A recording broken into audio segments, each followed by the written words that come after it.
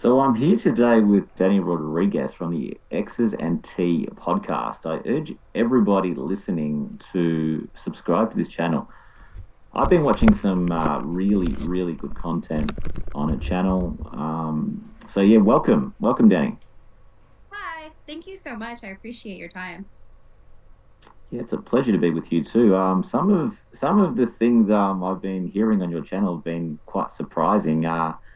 Especially, I was talking to you before about the Amway kid. I thought I'm going to have to go back and correct all of my videos because I thought that my dad's story was unique. He's the person that had been the longest in Amway without any success, but this girl's parents have been in for almost double the amount of time. So Yeah, that yeah, was, she's interesting. I love her story just because it does offer that perspective of looking at like 50 years they've been in, and she is so open about spreading awareness because she's seen what it has done to her family.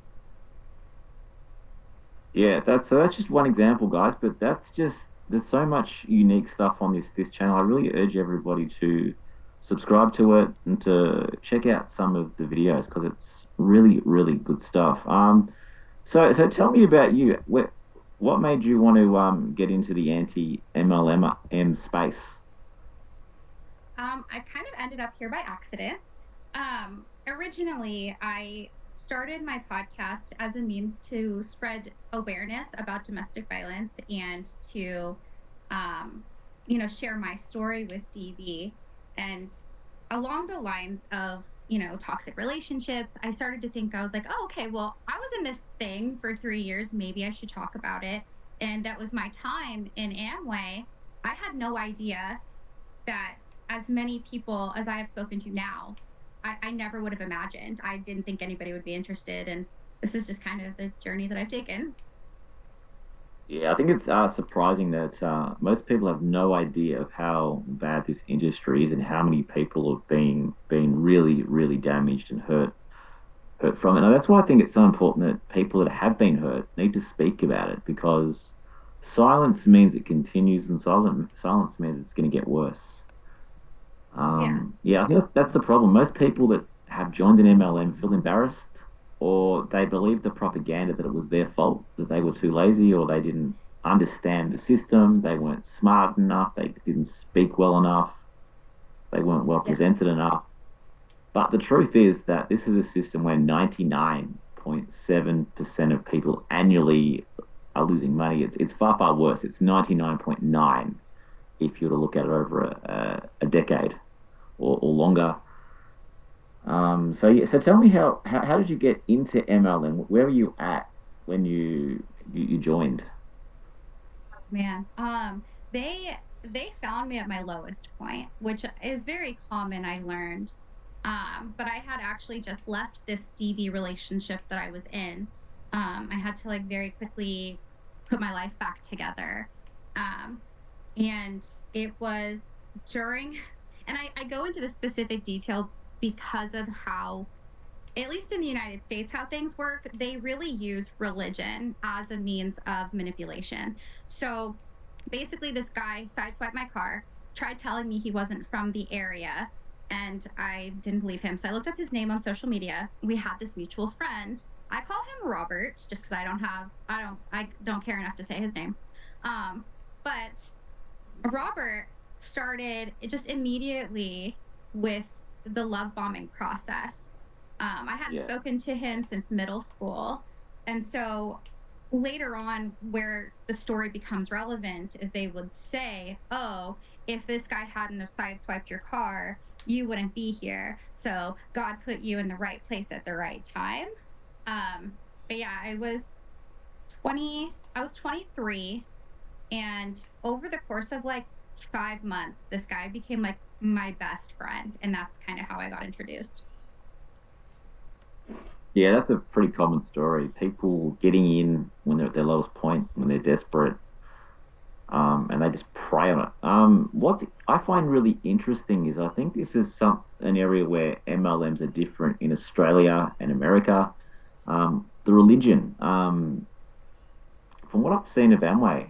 the big Amway tool kings here in Australia, and not just Amway, but the other ones, they don't really use religion or talk about religion. And I think this is sort of a good example of how everybody is copying everybody else. Now, because Dexter Yeager, the man who invented the tool system in America, was very religious, and so was Bill Britt. Everybody in America, well, majority of people in America use religion, whereas because the top tool guys here aren't, it isn't really used. It's a really interesting. It's sort of like Dexter Yeager used to talk about not letting anybody steal someone's dream, and that they all use it now. They think they're Yeah. being original and new. That phrase has been used for 50 odd years. Um, but yeah, my experience of MLMs is they will target anybody with a pulse. But I Yeah. think it is a little bit different in America that they do use religion a lot. And I think it's because I think there's a higher percentage of people in America that are religious. What are your thoughts on that? I mean, that definitely makes sense. Um, and I think because it stemmed from Bill Britt and Ron Career, who started Worldwide Dream Builders, that's the line of affiliation I was in. Yeah. They were so close. And so the duplication was so much simpler just to follow exactly what they were doing. So Bill Britt was very religious. Ron Career was very religious. And his entire organization would implement religion almost as in like their teachings as well, because here during like major functions on Sundays, they have a Sunday service specifically for, they say it's like non-denominational Christian, but it's it is really interesting the way that it is. And I'm not super educated on Christianity. But I think, like you said, because a larger population of people here are religious, they're able to use that. But it's not just that they're targeting people who are religious. The people that they get involved, they're bringing them into their religion as well. Yes, that's very effective because people who are religious trust people who are religious more than they will Yes. trust a person who is not religious. So there's this thing of, well, the guy can't be a con artist, he can't be a crook because he believes in God, he fears hell. This is someone who just wants to help people. People thought that Dexter Yeager's mission in life was to help people. Bill Britt's mission in life was to help people. When the reality was that both men's mission in life was to make as much money for themselves as they possibly could, and they literally did not care if it meant that 99.7% of the people would lose money. They didn't care. Um, so yeah, it's definitely. I think it helps an Amway or any MLM IBO if they are religious and they do know the Bible well, because the Bible almost becomes like that. They Yes. weaponize the Bible. They really do. I learned afterwards, just through meeting people through like social media who were also a part of the same line of affiliation I was. I learned how many different like sayings were biblical that I didn't know. And obviously, with duplication, right, we're saying verbatim what we're told, and they would say like, "Oh, the like follow the person who has the fruit on the tree." I didn't know that that was a religious term. And Yeah. yeah, there's just so much wrapped into it, but they do it like you said, you trust people. Oh, this is a man of God, this is a woman of God, I can trust these people. I hear that all the time. Yeah, I think that's always been the case. I think that's why there's been so many sort of predators have used the church to hide, because people just wouldn't hear that a religious person was bad. They couldn't comprehend it. So if you were a predator, that was the place to be, because it was sort of beyond people's, not so much now, but I'm talking if you go back 50 or 60 years, people just could not comprehend that a man of God could do bad things. And it's the same now with people. When they think of a con artist, they don't think of a man who goes to church on a Sunday or who's highly religious. Um, so when did you So when you first joined, tell me what it was like. Was it exciting? Was it scary? Or how did you feel when you first joined? When you went to the first meeting, for example? Oh man. So I absolutely had a honeymoon phase. Like after the first meeting, I saw who I call the club owner. Um, and they were not yet diamonds. Um, am I allowed to say names? Can I say who they are? For sure. Okay, yeah. So the club owner is this guy named Matt Wynn. Him and his wife Riley. They're from the Portland, Vancouver area in Oregon and Washington. And I saw Matt speak for the very first time. And it just like his passion, he spoke, the guy was long-winded too. Oh my God. Like he would speak for hours. The meeting would start at 8 and we wouldn't be out of there until like 1 or 2 in the morning just because he talked Wow. so long. But the first time I didn't really recognize time. I wasn't thinking how long it was. It was just I was so enthralled with what this guy was saying. And Yep. it was so motivational. And I was in a phase as well where I was actually reading the 10X rule by Grant Cardone at the time. And so just the concepts made sense to me. So when I was listening to him, and then of course later on, I would get audios sent to me before I was actually an IBO.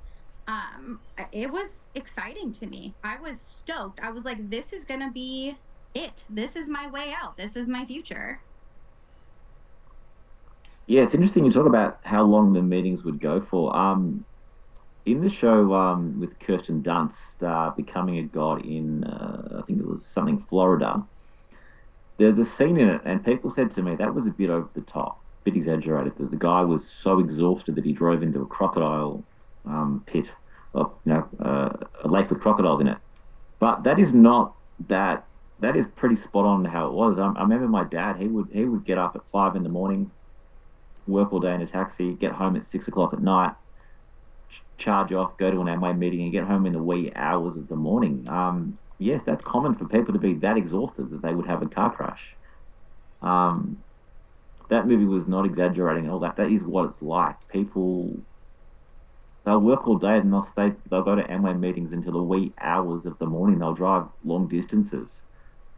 Um, was that? Do you think that's fair to say that's fairly common in Amway? Yes, absolutely. We were always told that if Brad Duncan, the big crown, if he was within a 6 hour distance, we should be going there. And we're talking about the meeting being at 8 o'clock, and maybe we get off work at, they would find us jobs that work specifically around the business. They called them business building jobs. Yes, yes. You would work like yeah, like a 7 to 3 or like a 9 to 5, like anything that was going to get you off work before 8 o'clock.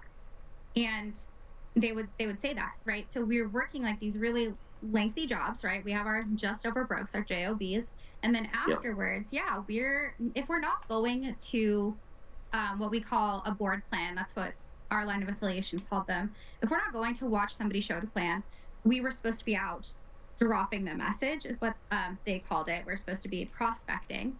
And if we're not prospecting, we need to be, quote, plugging in to another, whoever upline was nearby. So that way we were constantly doing something.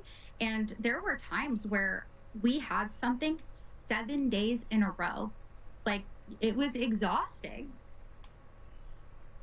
Yeah, that's not uncommon at all. I think it's interesting about choosing the job that's the best for the Amway business. I think that's part of the reason why my dad stayed in taxi driving for so long because it was the perfect job for prospecting. You could prospect every single passenger that got into the taxi. I can't think of a better job for an Amway person. And not just that, thing you need to understand about being a taxi driver, the majority of the time there's no one in the taxi. That means you can listen to the Amway recordings. So he would be in a taxi for 11 or 12 hours a day, and the whole time he'd either be prospecting somebody or listening to an Amway motivational tape. So this was the perfect business. So not perfect business, the perfect job for someone in Amway.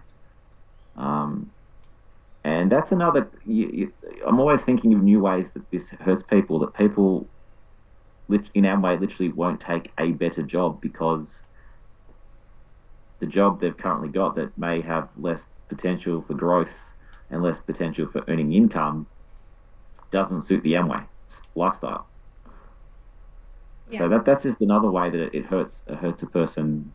So it's not just about the money you lose. It's not just about the time. It's there's so many different aspects where it's very hurt. It does damage to a person's ability to to keep relationships, to form relationships, to earn income, and just growth in general.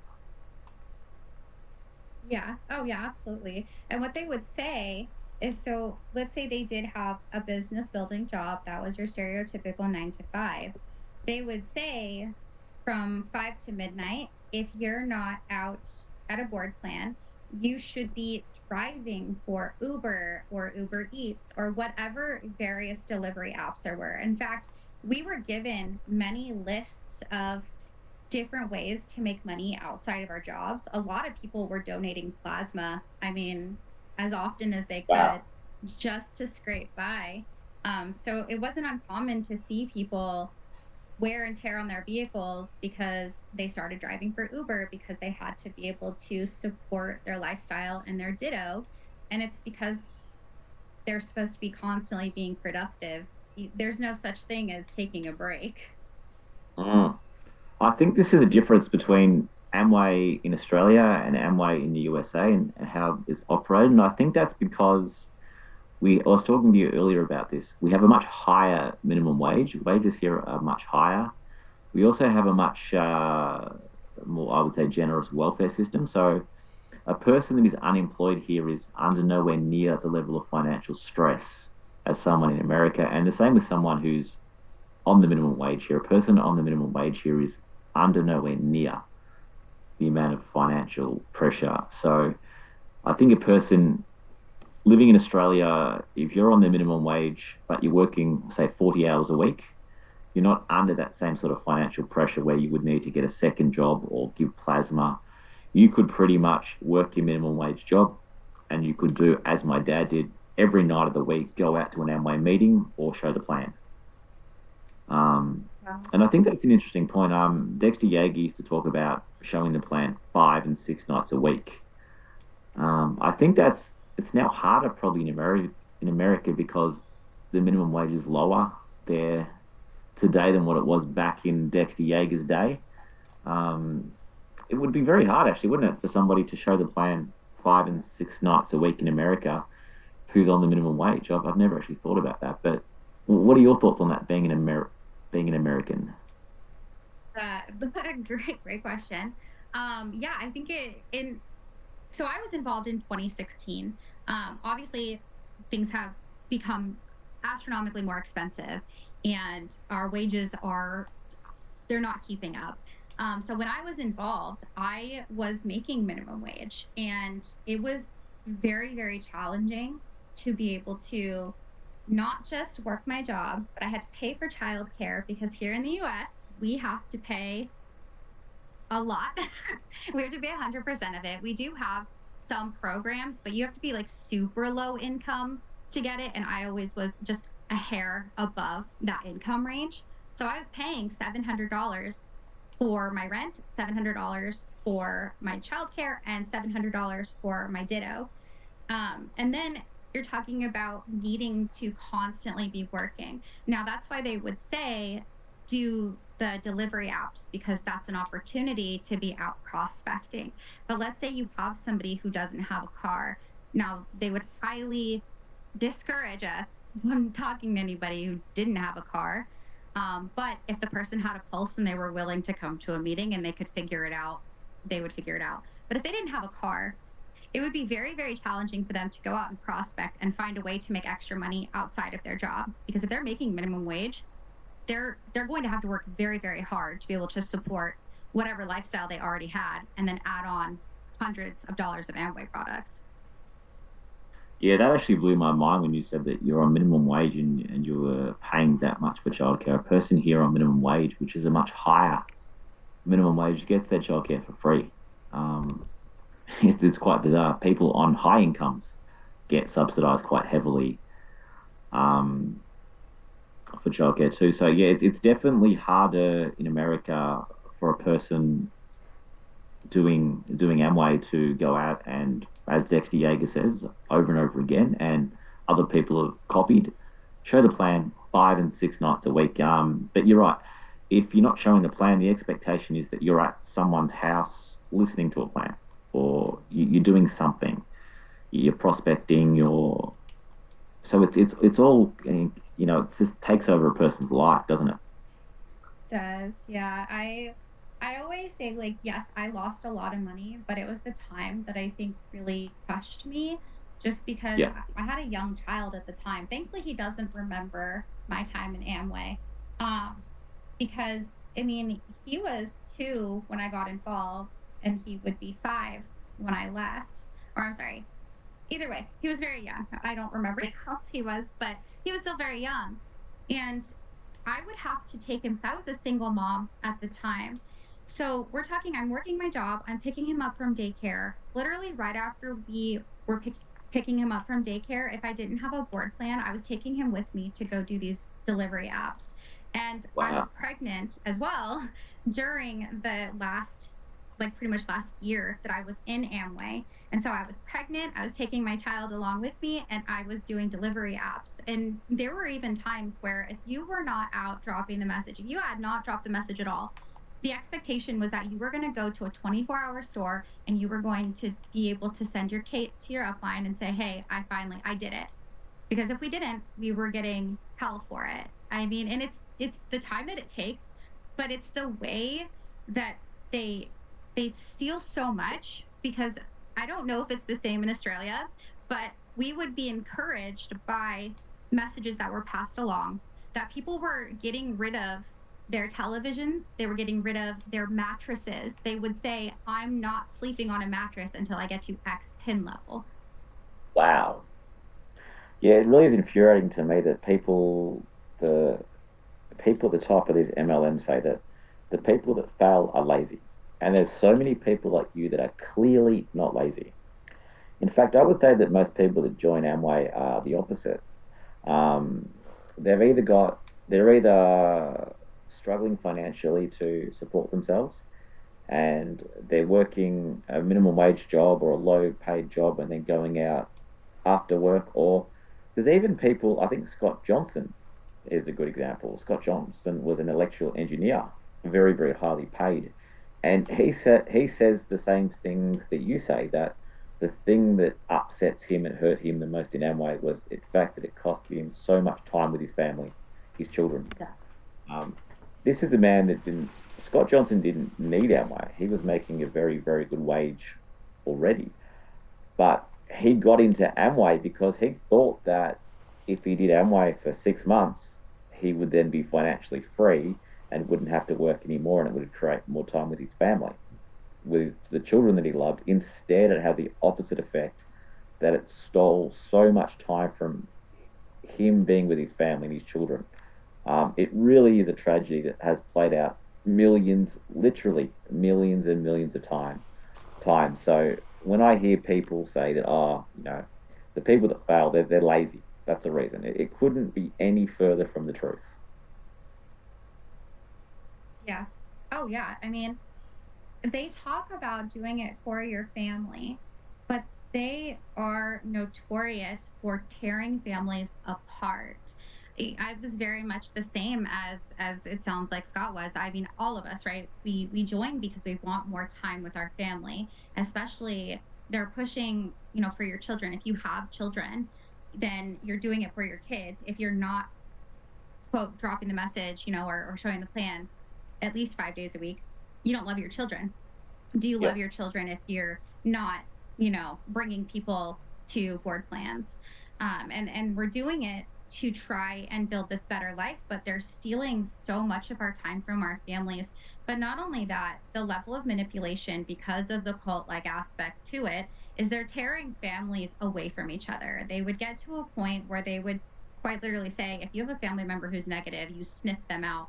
I don't know if you're familiar with this audio. Everybody in the US, I'm pretty sure every line of affiliation knows it. But Brad Duncan has this audio called Snip, Snip, Snip. And basically, he's talking about how he was more than willing to snip anybody out of his life, including his wife, Julie's mother, because Really? uh, yeah. I'm sorry. I have not heard of this person before. Could you please send me a link, Oh, email me a link to it?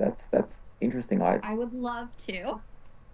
have not heard of that before, but it's very familiar to things that I've heard Amway diamonds say here in Australia. The Amway school kingpins say exactly the same thing, and no doubt they're just regurgitating. It wouldn't be their own idea; they're just regurgitating things they've heard from this man, which is that's what Amway is about. Amway is not a place for independent thinkers, for critical thinkers. This is a place for regurgitating what the people at the top are telling you. Yeah. Um, you're right. It's a tragedy that the number of relationships that have ended because of Amway, the number of, I know, the Dateline NBC undercover investigation where they discovered that Quickstar was actually Amway. Have you seen that? Have, yes. I showed that to my father, and his reaction was, "You're a negative dickhead." He stormed up, he stormed out, he blocked my number, and he didn't speak to me for a month. That was What? about as angry as I've ever seen him, and that was just because I showed him a story on Dateline NBC because Oh he'd been told that my God. anyone who speaks negative of this business is a negative person, and not only that, but they're jealous of you. They're jealous that they don't have the courage to do it. They're a dream stealer. Yeah. You've got to cut them off because if you don't cut them off, you will not be successful. Yeah. Yeah. Oh my God. Yes. It's so, which I'm not surprised because I've heard stories like that. And I have definitely had my fair share of blow ups with my family members, specifically my own father. But it just surprises me the other way around. Like, I just couldn't imagine my own dad just being like, you're a horrible person because you're skeptical of what I'm doing. But I get it as somebody who is involved. I do understand the passion that people have because in I always say this, especially to people who, maybe have not been in this type of an environment, and it seems so strange, but it's absolutely accurate. They're obviously, doing this on purpose because they want you to focus your time 100% on your business.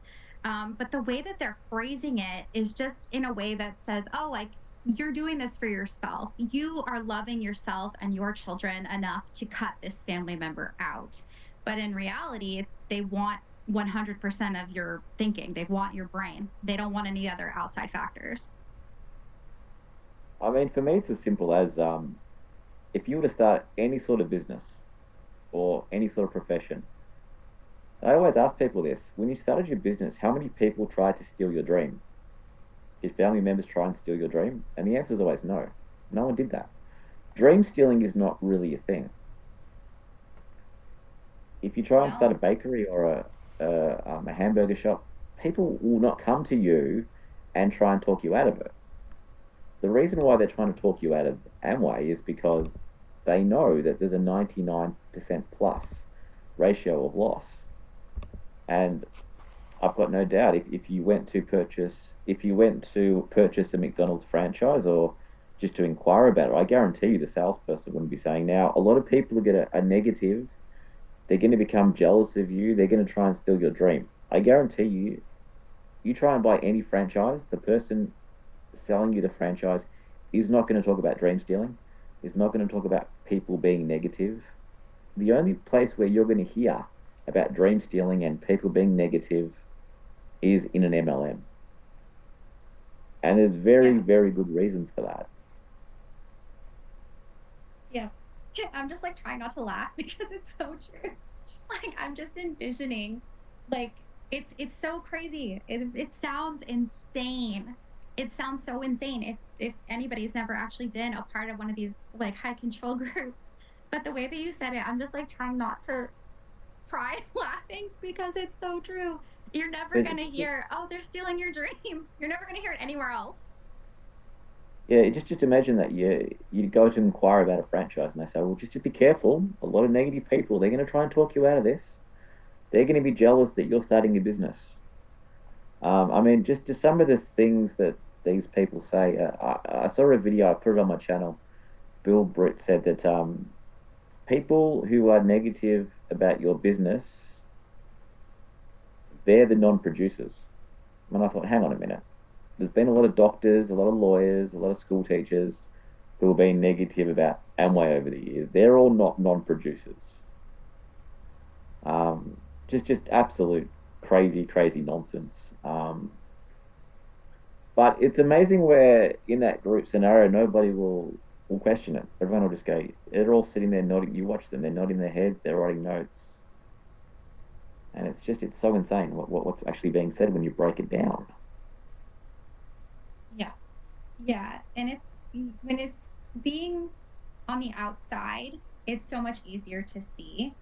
Um, I was obviously one of those people who you're, writing down notes seriously and you're listening to what they're saying. It's like, oh my gosh, they're saying the golden thing that's going to make me successful tomorrow, which we all know is bullshit. But the going back and listening to some of the talks is just, it's insanity to hear the way that these people are talking.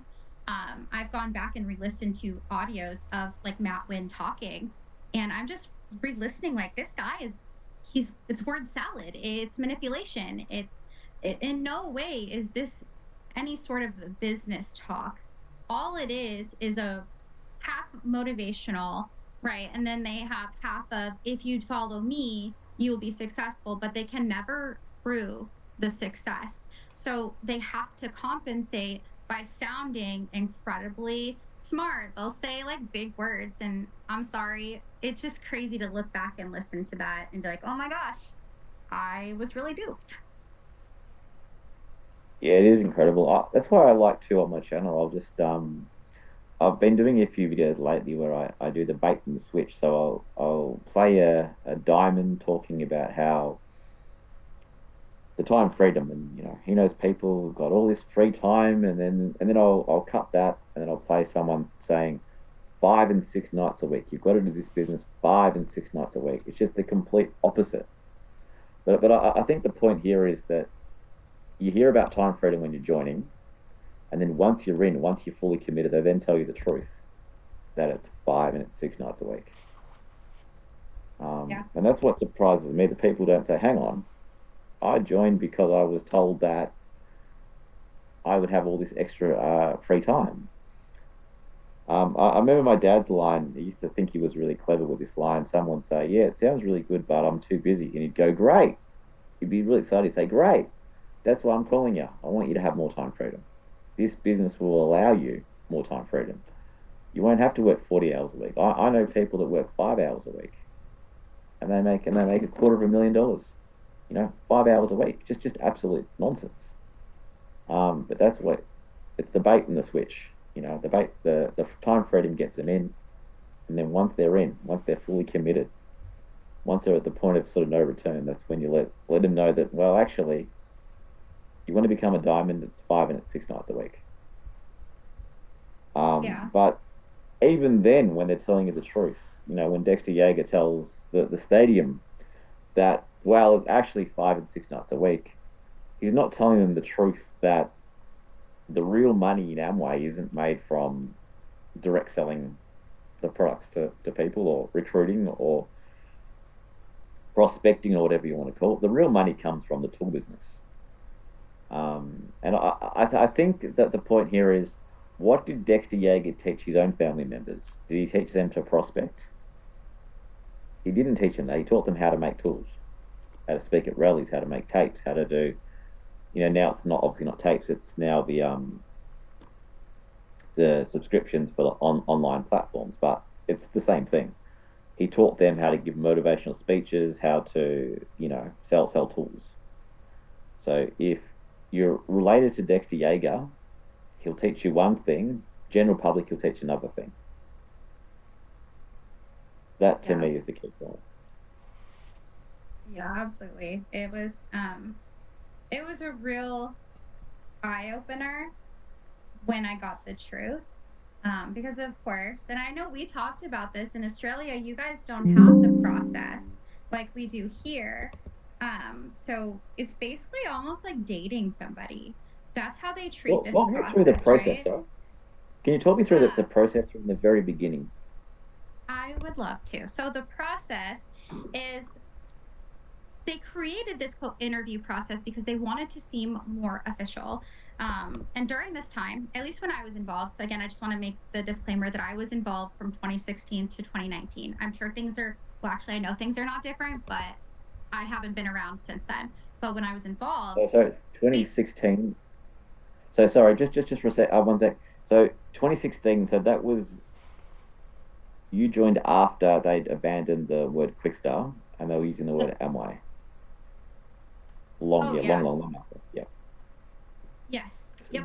yeah. And it was when the apps were really becoming popular, especially in Worldwide Dream Builders. And you would meet somebody, right? And that's where I compliment somebody on their shoes at Target. And, I find out that they work at the grocery store down the street and they hate it. Oh, great. You let them know that you have a friend. I can't make any promises, but, I would love to connect you with them. And then you get their phone number. And this is like a good process. This is what it's going to look like if you actually get someone involved. So then you text them and you set up a time for coffee. It's always at a coffee shop. So you set up this coffee date and then you go to the coffee date. This is your what's called a meet and greet one. And so it's just an opportunity for you to gauge who they are as a person. You start to learn their interests and just things that you can use later on to manipulate them, if I'm being honest. Because, Sorry, by just this, sorry to interrupt, but sorry. this is another thing that people probably don't consider. So it might sound quite trivial, but if someone's on the minimum